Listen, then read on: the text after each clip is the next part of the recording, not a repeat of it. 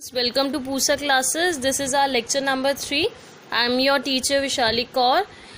ये वाले लेक्चर में हम लोग कुछ नई चीज़ें समझेंगे.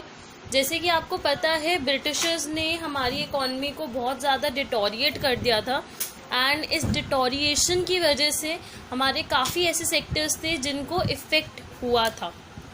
एंड इन लास्ट लेक्चर हमने डिस्कस किया था कि इंट्रोडक्शन इसकी करी थी और कुछ नई चीज़ें हमने समझी थी कि गोल्स क्या होते हैं, किस टाइप के गोल्स होते हैं और कैसे गोल ब्रिटिशर्स के बाद जब हमें इंडिपेंडेंस मिल गई थी प्लानिंग कमीशन ने फॉर्म करे थे.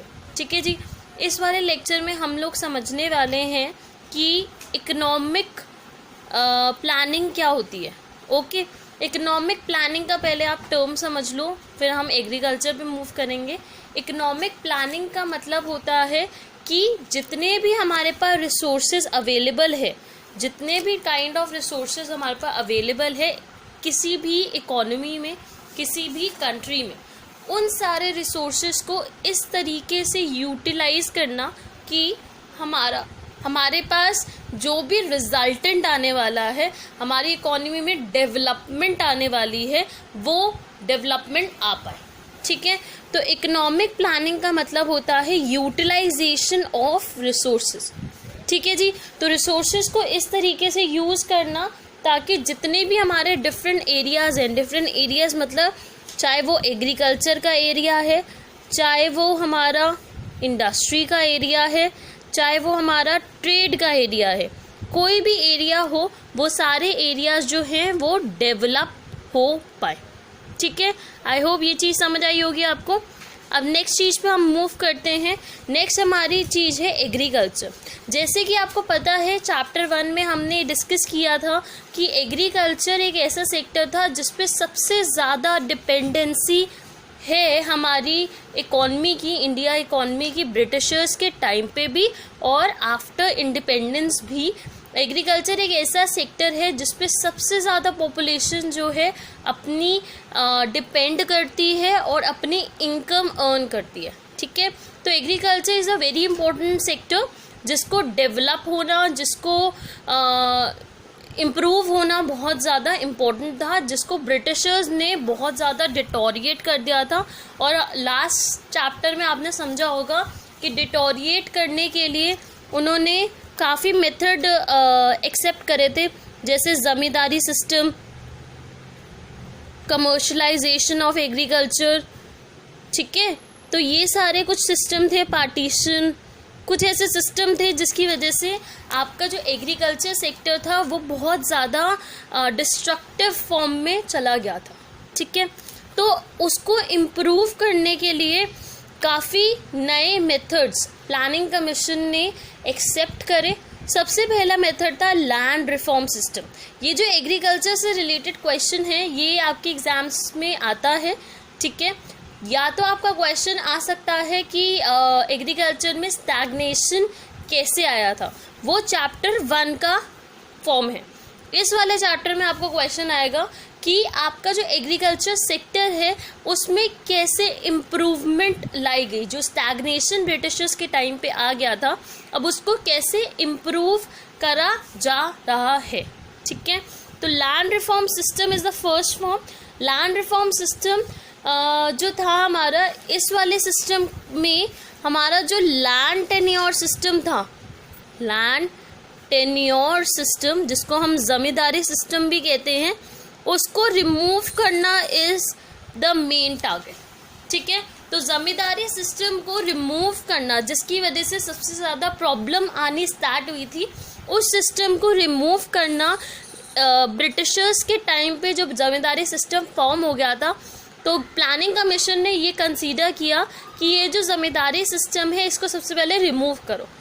ठीक है. क्योंकि अगर ज़मींदारी सिस्टम ख़त्म होगा तो इसका मतलब क्या होगा, हर एक इंडिविजुअल जिसको भी अपने एग्रीकल्चर की, अपने लैंड की नॉलेज है, वो पर्टिकुलर प्रोडक्ट को ग्रो कर पाएगा विदाउट एनी सोच के कि बेसिकली आपका जो लैंड है वो उसके लिए आपको टैक्सेस देने पड़ेंगे. ठीक है. क्योंकि बहुत बार ऐसा होता है, कोई भी अगर एज एन इंडिविजुअल आप भी सोचोगे जब आपको किसी चीज़ की रेंट देना पड़ रहा है और हायर टैक्सेस देने पड़ रहे हैं विदाउट एनी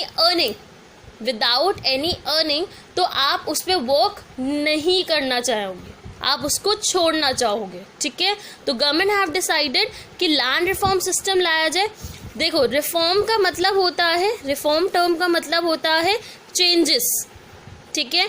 कोई भी रिफॉर्म आता है तो उसका मतलब होता है कोई चेंज लाना हो, और यहाँ पे हमारा चेंज किस पे आ रहा है, लैंड पे चेंजेस आ रहे हैं, ठीक है। तो लैंड रिफॉर्म सिस्टम लाया गया। Second system, land ceiling system. Land ceiling system का मतलब होता है, देखो सीलिंग का क्या मतलब होता है, सीलिंग इज कि आपका फिक्स कर देना, ठीक है। तो लैंड को किसी इंडिविजुअल्स के नाम पे जब फिक्स कर देते हैं, किसी इंडिविजुअल को दे दिया जाता है, उनके नाम पे दे दिया जाता है, that is land ceiling system, ठीक है। तो इसमें है fixing maximum size of land owned by individual, ठीक है। अब इस वाले सिस्टम में काफ़ी लूप होल्स थे, सिस्टम से ज़्यादा हमारी जो गवर्नमेंट थी उनके में लूप होल्स थे। तो ये लूप होल क्या थे, ये लूप होल नंबर 1 था कि जमींदारी सिस्टम जिसको रिमूव करना चाहती थी वो कभी रिमूव हुआ ही नहीं था। हुआ क्या था, फार्मर्स जो हायर अर्निंग फार्मर्स हैं, जो लार्ज फार्मर्स हैं, उन्होंने लैंड खरीद के किसी और के नाम पे वो लैंड जो है देनी स्टार्ट कर दी थी, जिसकी वजह से हमें लगने लगा कि ये जो लैंड सीलिंग सिस्टम है ये बहुत सक्सेसफुल है। बट जब बाद में ये कंक्लूजन निकाला गया कि एट द एंड जहाँ से हमने स्टार्ट किया था वहीं पर आके हम फिनिश कर रहे हैं, मतलब घूम फिर आके हम वहीं पर पहुँच गए जहाँ से हमने स्टार्ट किया था। तो लैंड सीलिंग सिस्टम जो बनाया तो गया था बेनिफिट के लिए, एग्रीकल्चर को इम्प्रूव करने के लिए, बट एट द एंड उसका बेनिफिट नहीं मिल पाया, ओके। फिर ये देखा गया कि केरल एंड वेस्ट बंगाल दो ऐसी स्टेट्स थी जहाँ पे ये सक्सेसफुल रहा, ठीक है। केरल एंड वेस्ट बंगाल में सक्सेसफुल जब रहा था तो काफ़ी ऐसी स्टेट्स थी जहाँ पे सक्सेसफुल नहीं था। तो वो स्टेट्स इसलिए सक्सेसफुल नहीं था क्योंकि वहाँ पे जो लेजिस्लेटिव थे, हमारे पार्लियामेंट थी, हमारी गवर्नमेंट थी, वहाँ पे वो करप्ट नहीं थी केरल एंड वेस्ट बंगाल में। बाकी सारी स्टेट्स में ये जो गवर्नमेंट थी वो करप्ट फॉर्म में थी, जिसकी वजह से ज़मींदारी सिस्टम एग्जिस्ट करता रहा, ठीक है। फिर हमारा आता है consolidation of holding. Consolidation of holding का मतलब होता है कि हमारे पास जितनी भी लैंड है, जितने भी फार्मर्स हैं, वो बेसिकली लैंड को इस तरीके से डिवाइड कर देना, लैंड को इस तरीके से फ्रेगमेंट कर देना कि हर एक इंडिविजुअल को, हर एक फार्मर को पर्टिकुलर लैंड मिल पाए, ठीक है। आई होप आपको ये लेक्चर समझ आया होगा। आपकी डिफरेंट बुक्स होती हैं, डिफरेंट टीचर्स बुक्स लगवाती हैं, पर आई सजेस्ट कि अगर आप मेरे नोट्स में से पढ़ेंगे तो you will find much better. Thank you so much.